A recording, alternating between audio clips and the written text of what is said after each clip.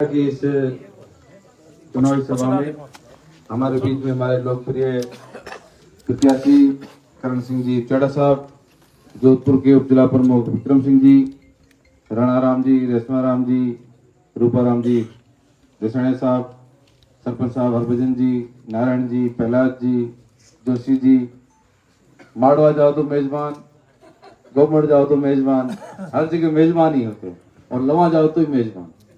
तो हर गांव रे दिल में बसेड़ा होते हैं जोशी जी। हमारे ब्लॉक अध्यक्ष जी, श्रवण जी, कैप्टन साहब, अब्दुल शकूर, हाफिज साहब, हाजी साहब, आप तमाम यूथ, इसलिए एक का नाम लूंगा तो नाराज भी हो जाएगा। तो सभी मेरे पिता तुल्य बुजुर्गों और नौजवान साथियों, सबसे पहले माफी चाहते हैं। आपको 6 बजे का 7 बजे का टाइम, 6:30 या 6 का टाइम दिया था और 9 बज गए। आपका शुक्रिया अदा करते हैं कि 3 घंटे लेट भी पहुंचे और जो आपने मान सम्मान इज्जत दी है उसके लिए आपके पूरे गांव का हम दिल की गहराई से धन्यवाद करते हैं। ये गांव करण सिंह जी, मैं 4 इलेक्शन लड़ गया और 90% हमेशा कांग्रेस को वोट पड़ते हैं। तो ये लोग हमेशा कांग्रेस से जुड़े हुए हैं, इनके रग रग में कांग्रेस बसती है। नेता लोग तो फिर भी हम इधर उधर हो जाते हैं, ये लोग हमेशा कांग्रेस ही रहते। और अभी जो हमारे लोकसभा के प्रत्याशी हैं, जो उचेड़ा साहब, ये बड़े सेवाभावी आदमी हैं और अभी मैं ये दावे के साथ कह सकता हूं कि जिस प्रकार से इन्होंने पिछले कई सालों से, चाहे इनकी सोसाइटी की जरूरत, सोसाइटी से या कहीं भी किसी भी स्टेज पे, किसी मंच पे, किसी भी समाज ने जब भी इनको याद किया है तो हमेशा ये तैयार है, 24 घंटे तैयार है। तो ऐसा व्यक्ति जिनके दिल में सेवा हो और ईमानदारी के साथ सेवा करने वाला व्यक्ति हो, तो इससे ज्यादा क्या बढ़कर क्या हो सकता है। तो ये व्यक्ति यदि लोकसभा में चुन के भेजते हैं तो मैं विश्वास के साथ कह सकता हूं कि आपकी सेवा करेंगे, आपके दुख दर्द में काम आएंगे। ये चुनाव बड़े अहम चुनाव हैं और इस चुनाव के अंदर आप लोगों को बढ़ चढ़ के हिस्सा लेना है, क्योंकि आपने देखा 10 साल जो व्यक्ति यहां से चुन के गए, जो 2014 के अंदर जो यहां से सांसद बिना और 2 बार सांसद बने और 2 बार के कार्यकाल में आप लोगों ने देखा सांसद के साथ साथ में दोनों कार्यकाल में वो मंत्री भी रहे।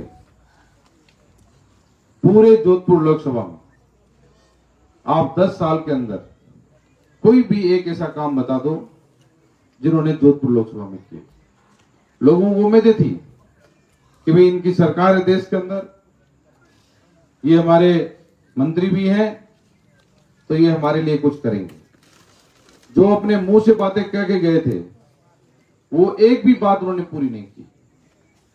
ये जोशी जी बैठे हैं चंपावत पेट्रोल पंप के उद्घाटन में, दूसरी बार वोट मांगने आए तो हमने कहा था कि भाई रेलवे वाला काम आप कराओ, तो उन्होंने कहा नहीं, पिछली बार रह गया और इस बार तो पक्का हो जाएगा, पक्का हो जाएगा।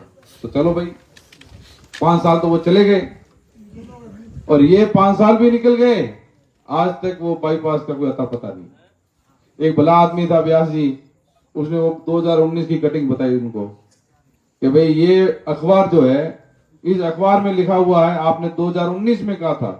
बताओ कितना वो आदमी होशियार है। 2019 का अखबार उसने अपने घर में पेटी में बंद कर दिया।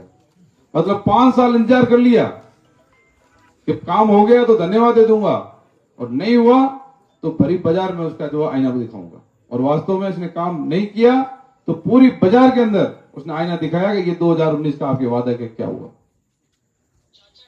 तो एक काम नहीं करा पाया 5 साल के अंदर। तो बताओ आपसे देश की जनता क्या उम्मीद करेगी? आप अपने लोकसभा क्षेत्र में काम करा नहीं सकते तो देश क्या उम्मीद करे आपसे? अब इनके पास गंगा सफाई का जिम्मा दिया हुआ है, इनके पास पूरे देश की सिंचाई का जिम्मा इनके पास है, पीने का पानी का जिम्मा इनके पास था, 4 लाख करोड़ का बजट आता है इनके पास। और करण सिंह जी ठीक कहते हैं यदि वो ईमानदारी से चाहते तो पूरे मारवाड़ को वो नहर से जोड़ देते। ये नहर आई है ना, कौन लाया? आज इंदिरा गांधी नहर योजना चल रही है, जो नेहरू जी ने सपना देखा था, जवाहरलाल नेहरू ने, कि भी ये जो रेगिस्तान पड़ा है, डेजर्ट पड़ा है, यहाँ नीचे खारा पानी है, और नहर का पानी जब डैम बनाकर हम ले आए तो यहाँ की जनता को फायदा हो सकता है। नेहरू जी चले गए, जब इंदिरा गांधी जी वापस प्रधानमंत्री बनी तो इंदिरा गांधी जी ने ये सपना पूरा किया। आज बताओ कितने राजस्थान, पंजाब, हरियाणा, 3 स्टेट के लोग इस नहर से सिंचाई कर रहे हैं। आज पूरे इस इलाके के अंदर, राजस्थान के अंदर, वो पीने का पानी मिल रहा है। तो आज वो भी कोई प्रधानमंत्री थी, नीचे मंत्री भी थे, तो प्रधानमंत्री के बाद में सबसे बड़े मंत्री कैबिनेट के, और इतना बड़ा जिम्मा, उनकी सोच ही नहीं है। वो दिल से चाहते भी नहीं थे। उनको क्या, देखो वो मोदी जी के नाम से 2 बार बन गए, 4.5 साल तो रहते हैं एसी वाले कमरों में, चुनाव आया 6 महीने पहले बाहर निकलते हैं, फिर मोदी जी का नाम ले लेंगे, उनको पता है वापस जीत के चले जाएंगे। पर अब की बार जनता उनके कपड़े फाड़ रही है। कहीं भी जा रहे हैं, विधानसभा क्षेत्र किसी में देख लो, फलोदी हो, पोखरण हो, लोआउट हो, चाहे आपके शेरगढ़ हो, जोधपुर शहर हो, लूनी हो, अब जनता जागरूक हो गई है। अब जनता उनसे सवाल पूछती है, क्योंकि भाई हिसाब किताब का टाइम आ गया। आपने कांग्रेस को खूब कोस दिया कि 70 साल में कांग्रेस ने क्या किया, कांग्रेस ने क्या किया 70 साल में। अब जनता कह रही है भैया 70 साल को छोड़ो, कांग्रेस ने नहीं किया तो विपक्ष में बैठ गई, आपने 10 साल में क्या किया वो हमें हिसाब दो। आपने 2014 में जो लोगों को ठगा कि किसान की आय हम दुगनी कर देंगे, युवाओं को हम हर साल 2 करोड़ नौकरियां दे देंगे, महिलाओं को कहा कि महंगाई बहुत बढ़ गई है, आपके लिए महंगाई जो है, रसोई के गैस और रसोई का सामान ये महंगा हो गया, इसको कम कर देंगे। एक भी वादा पूरा नहीं हुआ। 10 साल में 20 करोड़ नौकरियां बनती हैं, इनका खुद का रिपोर्ट कर रहा है। इन्होंने सिर्फ देश के अंदर 18 लाख नौकरियां दी, 19 करोड़ 82 लाख नौकरियां ये लोग खा गए, और 700 किसान शहीद हो गए बेचारे।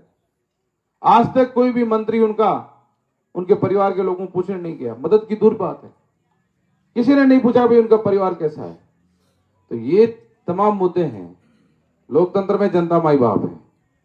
जब जनता के पास ये लोग आते हैं वोट मांगने, तो उनसे हिसाब किताब पूछना चाहिए कि आपके मैनिफेस्टो में जो आपने बातें की थी, आज आप मैनिफेस्टो की बात क्यों नहीं कर रहे हो, अपना घोषणा पत्र साथ क्यों नहीं ला रहे हो। जब तक ये बातें उनसे नहीं पूछोगे तब तक उनको परवाह नहीं जनता की। इसलिए मैं तो इतना ही कहना चाहूंगा, आज इनको आप देख सकते हैं, न तो इनको संविधान में विश्वास है, न लोकतंत्र में इनको विश्वास है, और ये तो चाहते हैं कि देश के अंदर चुनाव हो ही नहीं। अभी जो बात कर रहे हैं 400 पार, इनकी नीयत साफ नहीं है। जब कांग्रेस ने बात कही तब मोदी जी कल कह रहे थे बाड़मेर में, वहां तो उधमपुर में बोले कि हम कश्मीर को वापस जो है वो दे रहे हैं, पूरे कानूनी हकूक दे रहे हैं। कल कहा था सर उधमपुर में, और बाड़मेर में कह गए कि अब बाबा अम्बेडकर भी उठ के आ जाए तो संविधान चेंज नहीं होगा। बताओ। और जिनकी नीयत में अभी से खोट दिख रहा है, 2 अप्रैल का वो याद करो दिन, पूरे देश के अंदर SC ST को संघर्ष करना पड़ा, तब जाके ये सरकार झुकी थी। और आज ये चाहते हैं कि अभी तो कुछ नहीं हुआ, अब ट्रेलर बाकी है, अभी सुना होगा आपने मोदी जी का, और कहते हैं 400 पार हो रहे हैं। 400 कोई पार नहीं हो रहे। हरियाणा में जूते पड़ रहे हैं, पंजाब इनको घुसने नहीं दे रहे हैं, मणिपुर में लोग पीछे दौड़ा रहे हैं इनको, आगे ये दौड़ रहे हैं पीछे जनता। वहां की महिलाओं की वहां इज्जत लूटी जा रही है, जातियों को आपस में लड़ाया जा रहा है। आज तक मोदी जी ने नहीं पूछा कि मणिपुर क्यों जल रहा है। राहुल गांधी जी 2 बार गए, उनको रोकने का प्रयास किया। राहुल गांधी जी को कहा आप क्यों जा रहे हो वहां पर, आप जाओगे तो हिंसा फैल जाएगी। फिर भी राहुल गांधी ने कहा कि मैं दर्द में दुख में जनता के पास जाऊंगा, और वो गए मणिपुर। और प्रधानमंत्री ने आज तक नहीं पूछा कि मणिपुर इतना जल गया तो क्यों जल रहा। मैं तो इतना ही कहूंगा कि ऐसे लोग जो लोकतंत्र में झूठ बोलते हैं, झूठ के अलावा कुछ परोसते नहीं है, तो ऐसे लोगों को सबक सिखाओ। राजस्थान की जनता ने तय कर दिया है कि इनको 2 बार तो 25-25 मिल गए सांसद, और अब की बार इनको हिचकी आ रही है। हम चूरू जीत रहे हैं, झुंझुनू जीत रहे हैं, सीकर जीत रहे हैं, जोधपुर जीत रहे हैं, आपके बाड़मेर जैसलमेर जीत रहे हैं, दौसा जीत रहे हैं, सवाई माधोपुर जीत रहे हैं। ऐसी 15 से 20 सीटें हैं जो कांग्रेस पार्टी अब की बार जीती। इसलिए आपको मेहनत करनी है। आप हमेशा कांग्रेस के साथ रहे हो, जहां भी आपके परिवार के लोग हैं, रिश्तेदार हैं, राजस्थान में कहीं भी रहते हैं, आप उनको कहें कि एक दिन अपना काम छोड़ करके आप कांग्रेस के पक्ष में मतदान कराएं। मैंने ज्यादा वक्त ले लिया, माफी चाहूंगा, क्योंकि आगे आपको जोधपुर भी जाना है, कल और प्रोग्राम है। आप सबने जो मान सम्मान दिया उसके लिए आप सभी का बहुत बहुत धन्यवाद, शुक्रिया।